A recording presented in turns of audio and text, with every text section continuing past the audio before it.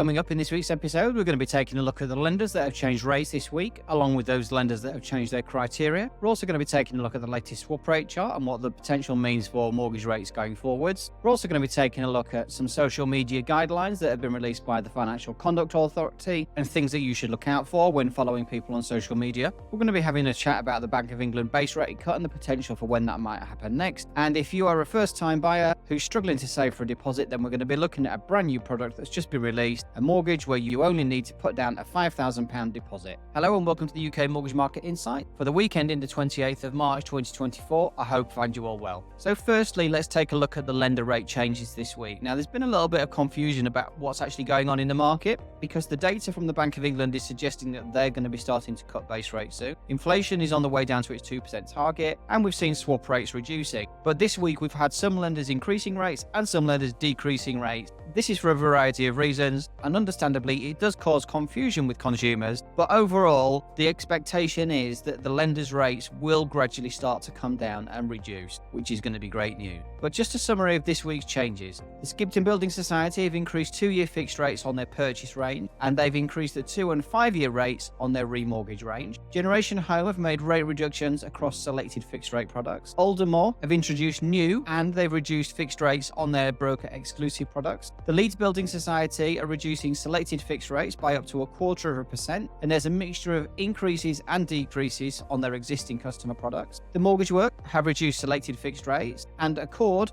have increased their product transfer rates. HSBC have made increases and decreases across their range, and the Bank of Ireland have made some improvements on their buy-to-let products. Barclays are making some rate reductions on purchase and remortgage products, and Santander selected residential and buy-to-let rates are reducing. And then lastly, Keystone, their 5-year fixed, their product transfers and their switch and fixed rates are all reducing as well. There have been a couple of others in there, but those are the main ones. Now, if we take a look at the criteria changes this week, there's not been a huge amount to report really. The Skipton have reduced the stress test on their buy-to-let rate, which potentially means that landlords will be able to borrow a bit more money. Coventry Building Society have also reduced their buy-to-let stress test rate, as have the Leeds Building Society on their 5-year fixed rate product. So across the board, there seems to be a range of lenders that are reducing the stress tests in order that landlords can borrow a bit more money. And then HSBC, they are now allowing people to extend their mortgage offers on purchases by up to 30 days and on new build properties by up to 90 days. So this means if it looks like the completion date is going to slip a little bit and potentially your mortgage offer is going to expire in the meantime, HSBC have made some changes and they will now allow offers to be extended slightly. So there's been a lot of talk this week about when the Bank of England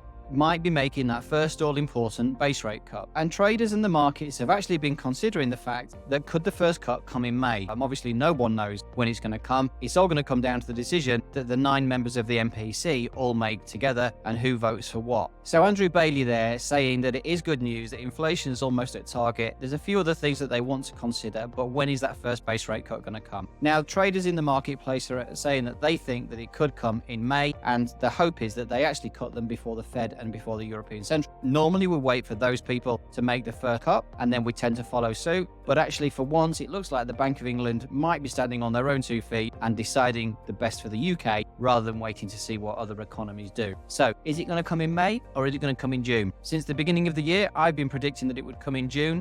We'll have to wait and see whether I'm right or wrong, but there is going to be a base rate cut coming soon. So watch this space and we will make the announcements as soon as we hear it.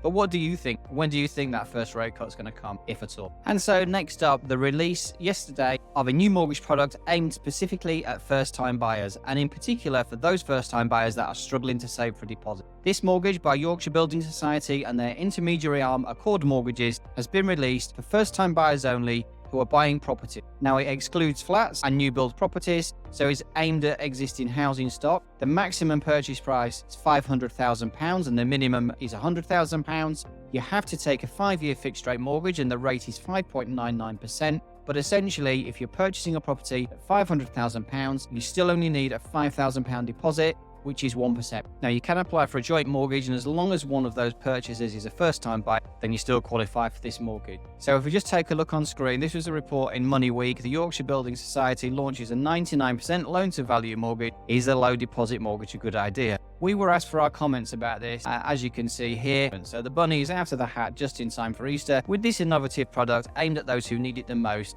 First-time buyers are those who stimulate movement further up the property ladder, so this product should solve that chicken and egg situation that the UK property market faces. It will help those who need it the most to get onto the ladder, and it will subsequently help those who are already on the ladder to move further up it. So my personal opinion is that I think this product is a good idea. Now, obviously, you do need to be aware that if you're only putting in a 1% deposit, it doesn't take much of a movement downwards in house prices for you to find yourself in negative equity. So, of course, that is one of the key things. But the fact that you have to take a 5-year fixed rate should help to alleviate a little bit of that problem. Of course, you are also able to make overpayments, and we would recommend that you do so. But I would suggest that if you are considering a product like this, that you do speak to qualified mortgage brokers like ourselves to be able to understand if it really does fit your own personal circumstance. But I think this is a good product. It should help a lot of people. And after all, saving for the deposit is the hardest part. So now you can get this mortgage with just a £5,000 deposit. Let me know your thoughts in the comments. Do you think it's a good idea? Is it something that you would perhaps use? Okay, so next up, something that I really feel is important, and I want to cover this off in today's video. Well, it's not something I would normally do, but it is something that I feel is really important, especially because you're watching a video by myself on social media, and you perhaps watch lots of other people on social media talking about different things, including mortgages and finance and savings and investment and things like that. And it's important that you understand exactly what you should do to ensure that if you do deal with these individuals that you see on social media, that you are dealing with legitimate people that can give you proper regulated advice. On the screen here, you can see that the FCA warns firms and influencers to keep their social media ads lawful. This means that people shouldn't give you advice on social media. It's impossible to do that without having a detailed conversation with a person. This report does go on to tell you much more, and I will put a link to this report below.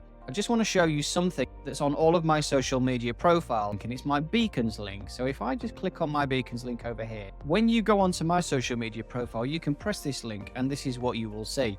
Gives you a little bit of background about me, but the most important thing is this here. It's the FCA number. This is the registration number that verifies that a person is authorized and regulated by the Financial Conduct Authority to give you certain types of information. So first and foremost, please always look out for that FCA number. That's really important. What you then need to do is you need to go to a web browser and you need to type in FCA register. This will take you to this page, and then you click on the FCA register. It will open up this, and this is the Financial Conduct Authority who regulate all financial services in the UK. When you scroll down slightly, you can enter a name or a reference number in this box here. So let's just put my number in there, which is 945208. I'm a firm, and then if you press search, you can see Integer Advice Limited, which is the name of my company. My trading name is Lodestone, as you can see behind me, but this tells you that I am a regulated individual. It tells you our address, tells you our office number, it tells you that I'm an appointed representative, it gives you my trading names, as you can see there is Lodestone, and it obviously goes on to say that I'm connected